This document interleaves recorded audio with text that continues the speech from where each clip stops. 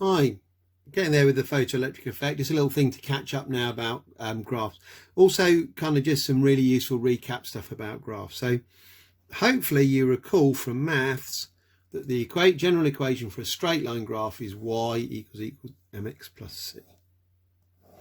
So this is the y-axis, this is the x-axis. This is c, the value of y when x is 0, or the intercept on the y-axis. And then the gradient is equal to m. And what we're going to do, and we're going to do this quite a lot, and the first time you see it, it's a bit of a big deal, and then with time you'll get used to it, is we're going to now try and put the photoelectric effect equation into this form.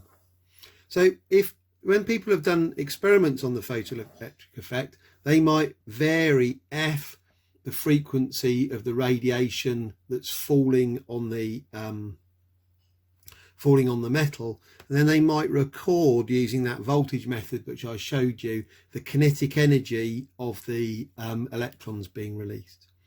So that tells us that this is our y variable because it's on the x-axis, and this is our x variable because it's on the x. F is our x variable because it's on the x-axis. So we've got to try and make an equation in this form of our relevant equation. Well, our relevant equation is HF equals phi plus EK. Well, that's not currently in the right form because we want EK on its own. So we can say EK, and then what we're going to have to do is move that phi over the equal sign, equals HF minus phi. So we know that that is our x variable and that is our y variable. And because it's the experiment would yield a graph that looks like this, a straight line graph, we know that must apply. So we know that the gradient of the line must be equal to h Planck's constant, because it's in front of the x variable. If we were to extend this line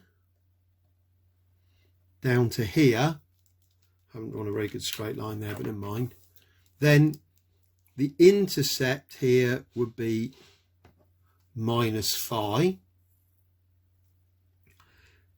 If we were to repeat the experiment, okay, this is the threshold frequency, the minimum frequency of radiation capable of removing an electron, and like before we said that gives kinetic energy 0.